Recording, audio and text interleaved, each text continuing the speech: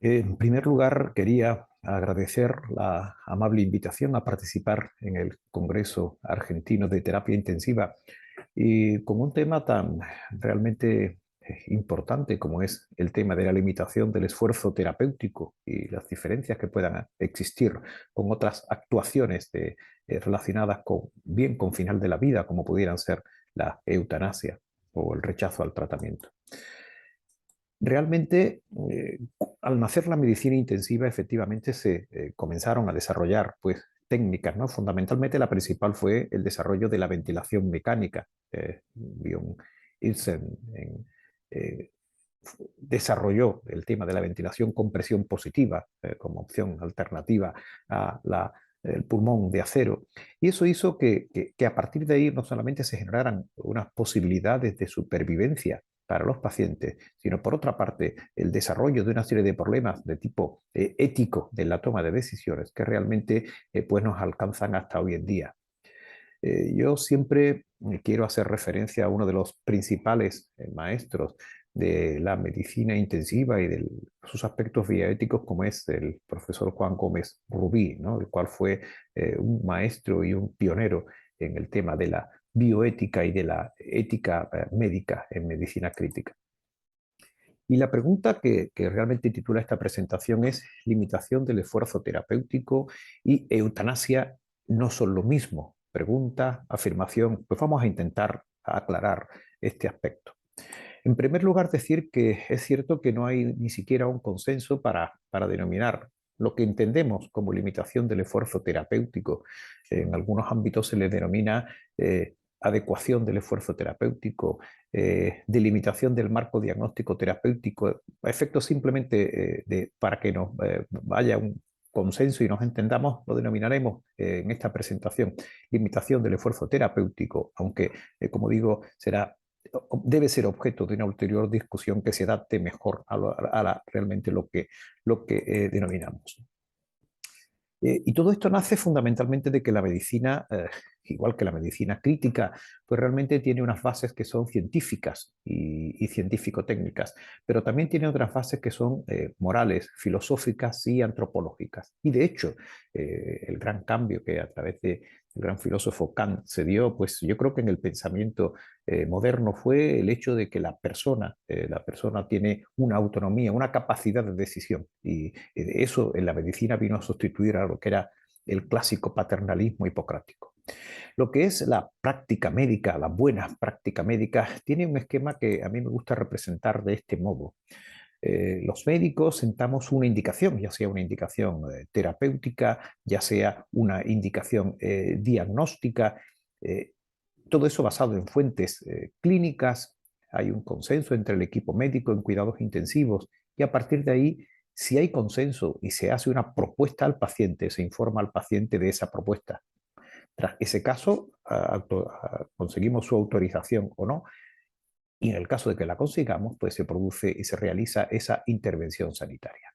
Por tanto, tendríamos que ver, y ahora vamos a entrar a diferenciar, dónde estaría lo que es la limitación del esfuerzo terapéutico. Pues la definición, y a mí me gusta utilizar esta, que está recogida bueno, en una normativa de Andalucía, en el sur de España, una normativa oficial, una ley, que define la limitación del esfuerzo terapéutico como la retirada o no instauración equivalente de una medida de soporte vital o cualquier otra intervención, no necesariamente una medida de soporte vital, que dado el mal pronóstico del paciente, ya sea por cantidad o calidad de vida, y a juicio de los profesionales, solo contribuye a prolongar en el tiempo una situación carente de expectativas.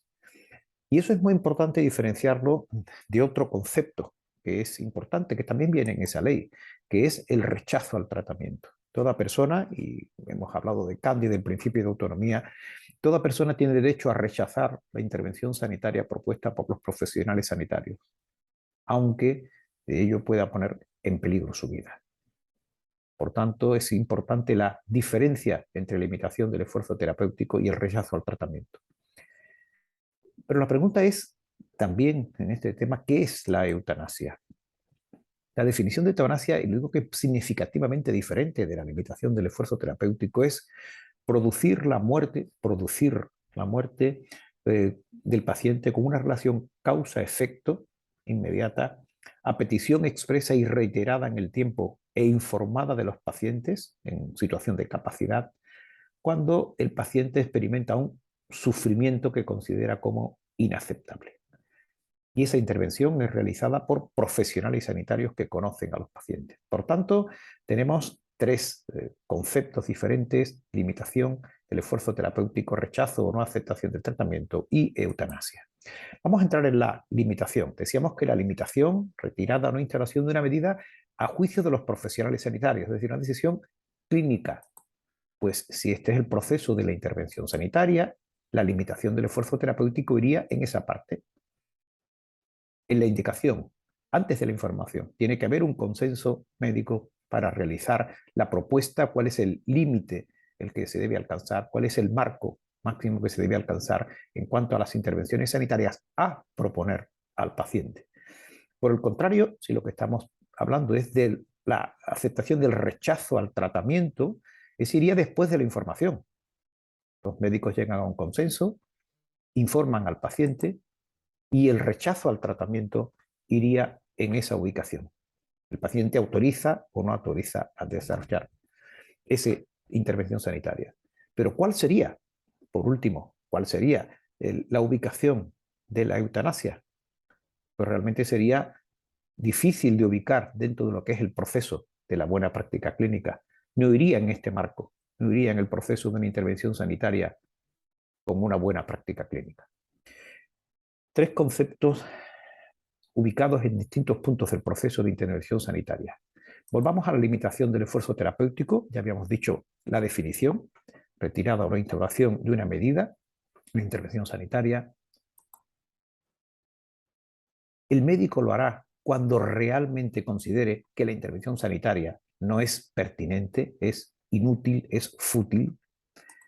Debe de haber un acuerdo entre los profesionales sanitarios antes de realizar esa limitación del esfuerzo terapéutico. Y en cualquier caso, si efectivamente pudiera derivar en una mala evolución clínica esa limitación del esfuerzo terapéutico, ello obligaría también a no abandonar al paciente, sino a realizar unas medidas de confort y de cuidado pertinente. Por tanto, la limitación del esfuerzo terapéutico está basado en que hay determinadas terapéuticas o medidas diagnósticas que son de tipo fútil. Siguiendo la clasificación de Schneiderman, hay tres tipos fundamentalmente de futilidad terapéutica. La fisiológica, a mí no me gusta mucho la traducción, bueno, pero es quizás la más literal del inglés, la probabilística y la cualitativa. Y son, yo creo que en cuidados intensivos, la más frecuente en mucho es escasas posibilidades de éxito. Es decir, una medida terapéutica que tiene un bajísimo porcentaje de posibilidades de tener éxito, mientras que por el contrario la cualitativa es la que el tratamiento puede ser útil, pero realmente no va a mejorar la calidad de vida del paciente. Sería, por ejemplo, pues, la actuación sobre un paciente con un estado vegetativo permanente, en el que bueno, se desarrollan una serie de intervenciones, pero realmente podrían mejorar su supervivencia, pero nunca su calidad de vida. Y este tipo de futilidades es muy importante que lo tengamos en consideración a la hora de establecer, de desarrollar una limitación del esfuerzo terapéutico. Y es muy importante dejar constancia en historia clínica.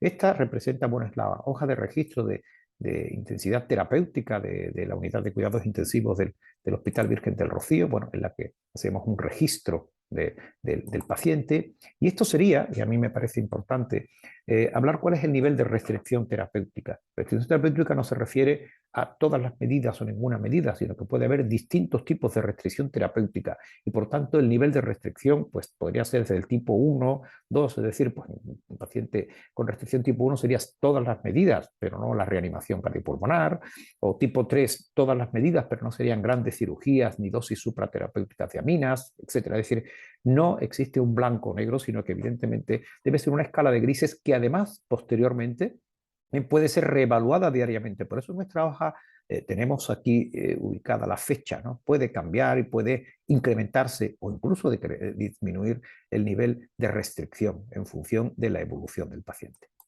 Esta sería datos de la misma hoja.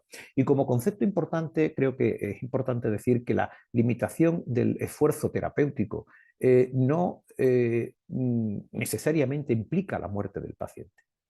Ni siquiera como digo, la muerte inminente, en algunas ocasiones, o efectivamente puede acompañarse de la muerte del paciente, pero en otras ocasiones no lo es. Es decir, simplemente se restringe, la evolución puede estabilizarse, incluso puede ser favorable. Es decir, por tanto, hay que tener en consideración que la limitación del esfuerzo terapéutico en cuidados intensivos no es lo mismo que la limitación del esfuerzo terapéutico pues, en determinados servicios, como pudiera ser los de cuidados paliativos, ¿no? Bueno, en este caso, como digo, hay que tener en cuenta efectivamente la posible evolución del paciente, ya diga sea su fallecimiento o no. Seguir insistiendo, y creo que es muy importante, que a quién le corresponde la limitación del esfuerzo terapéutico. Le corresponde a los profesionales.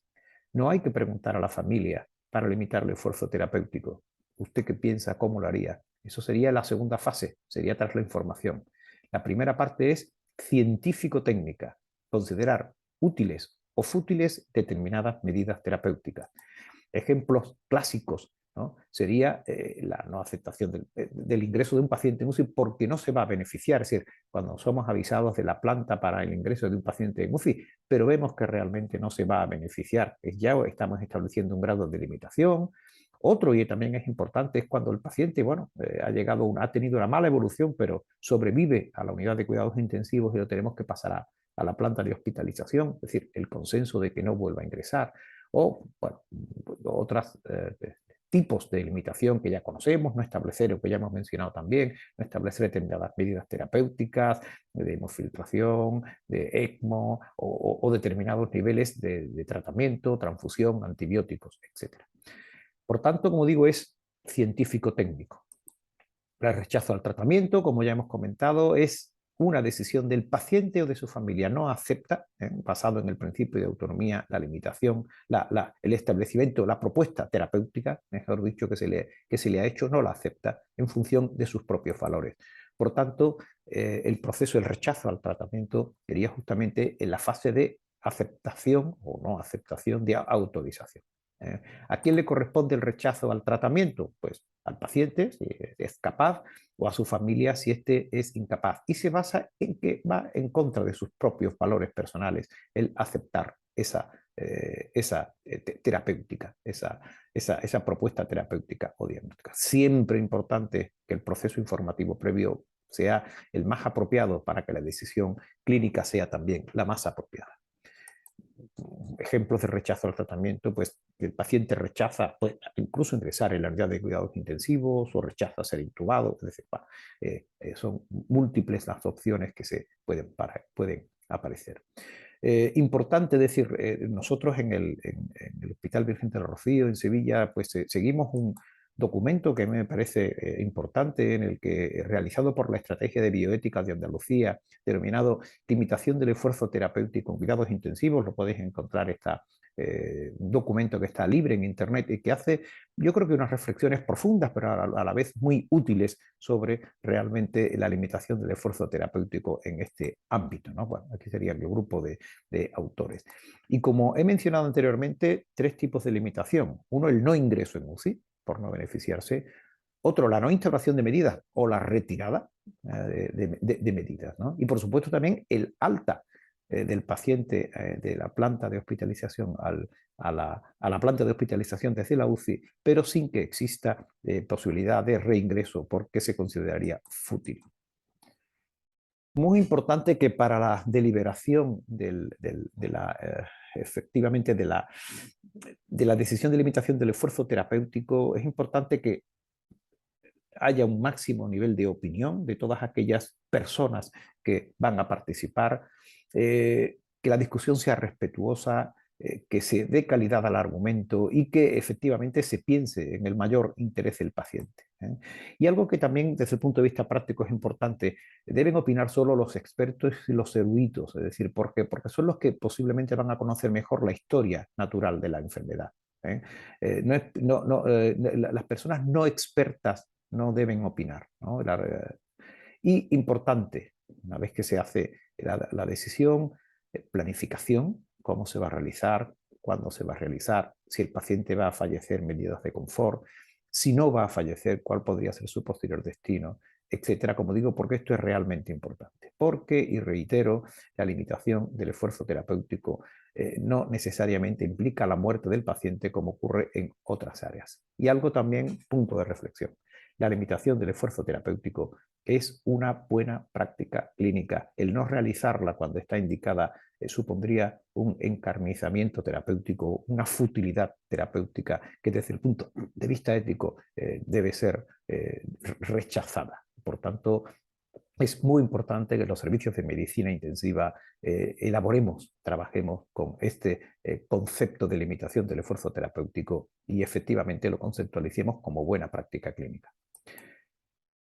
Y vamos a entrar ya finalmente pues, al tema de la eutanasia, la definición de la eutanasia, a diferencia, como digo, de la limitación del esfuerzo terapéutico, se trata de producir la muerte con una relación causa-efecto inmediata, a petición del paciente, reiterada en el tiempo, informada, porque el paciente tiene una enfermedad que le produce un sufrimiento que el paciente vivencia como inaceptable y que es realizada por profesionales sanitarios que conocen al paciente. Realmente, digamos directamente, no necesariamente esto tiene que ver con cuidados intensivos, tiene que ver realmente con determinadas múltiples situaciones, ¿no? De hecho, en España, pues en el año 2021, pues se legalizó la eutanasia, está publicado como una ley orgánica, y esta ley orgánica tiene tres aspectos en España. Uno que ha despenalizado la eutanasia, otro que lo incluye en la cartera de servicios del sistema sanitario, es decir, se oferta dentro de lo que es el sistema sanitario, igual que pudiera ser otro tipo de actuación diagnóstica o terapéutica, y define como prestador del servicio, es decir, a todos los médicos, excepto, ahí da la posibilidad, que efectivamente los médicos se puedan presentar como médicos objetores. En ese caso, efectivamente, pues el médico no tiene que participar en el proceso de la eutanasia. Pero como digo, tiene estas tres características en España. Si decíamos que esta era una buena práctica clínica, pues yo creo que resulta imposible ubicar la eutanasia en este marco de buena práctica clínica, sino que sí, efectivamente, tendríamos que ubicarla en otro contexto, en otro marco de intervención, ¿no? Con discusión sobre si estamos ante un acto médico o no. Creo que es muy importante cuando se hable de la eutanasia no utilizar términos como eutanasia directa, indirecta, activa, pasiva. Son realmente términos confusos. Viene mucho en la literatura anglosajona. Mi recomendación es olvidarlo porque solamente da lugar a confusión. Hay quien interpreta la eutanasia pasiva como la limitación del esfuerzo terapéutico. Creo que realmente no llega más que lugar a confusión y por tanto mi recomendación es que olvidemos el tema de estos términos, de utilizar solamente la eutanasia con la definición que hemos comentado, utilizar delimitación del esfuerzo terapéutico con la que hemos comentado y el de rechazo al tratamiento con el que hemos comentado. Como siempre, uno de los riesgos que siempre tiene la eutanasia, que ya está publicado en aquellos países que llevan mucho tiempo ya con la legalización, pues el riesgo de la denominada pendiente resbaladiza, es decir, que inicialmente puedan ser solo empleados en enfermos en fase terminal, enfermos discapacitados, pero que progresivamente ya se extienda a enfermos graves, a enfermedad moderada, o incluso lo que sí se ha publicado en determinados países en síndromes geriátricos múltiples. De hecho, los países que tienen más desarrollo de eutanasia, como podemos ver ahí, Holanda, Bélgica, sí se ve que además hay un aumento de muertes asistidas, ¿no? Como es denominado la eutanasia, y realmente hay un incremento porcentual cada año, ¿no? Y sobre todo que inicialmente denominado para la enfermedad grave, pues realmente se emplea, ¿no? Como dice esta publicación, muy frecuentemente en síndromes geriátricos múltiples y sobre todo, lo que es muy importante, se está incrementando el porcentaje de pacientes en las décadas, en las últimas décadas de la vida, pacientes con mayor edad, en el que no solamente influyen factores de sufrimiento orgánico, sino posiblemente factores de sufrimiento socio-familiar, ¿no? Realmente tiene importancia.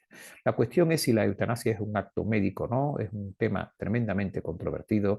En España no se considera, el Código de Ontología Médica no lo considera un acto médico, es decir, la eutanasia no sería un libro, ¿no?, que tendríamos que estudiar los médicos, aunque sí, efectivamente, hay médicos que sí lo consideran, que están de acuerdo con ello y que pueden practicarlo.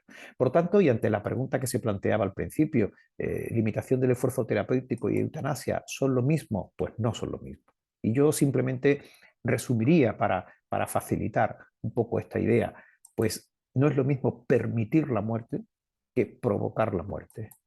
En la limitación del esfuerzo terapéutico, el paciente muere por su enfermedad, mientras que en la eutanasia, el paciente muere por la administración directa e intencionada de un medicamento. Son, como digo, marcos completa y totalmente diferentes. Y realmente creo que tenemos que tenerlo en cuenta a la hora de diferenciar ambos conceptos. Y en cualquier caso, siempre no olvidemos que nosotros tenemos, los médicos, una vigilancia que no es solo científico-técnica, sino también filosófica, antropológica. Cada día Aristóteles, San Agustín, Descartes, Kant o Stuart Mill nos están viendo, nos están vigilando. Es decir, nuestra actuación no es solamente científica, no es solamente de ese carácter, sino también el hecho de que realmente tenemos una actuación ética, filosófica y de todo tipo. Por lo tanto, creo que es importante que lo tengamos en cuenta. Pues nada más, de nuevo reiterar mi agradecimiento por la invitación a participar. Muchas gracias.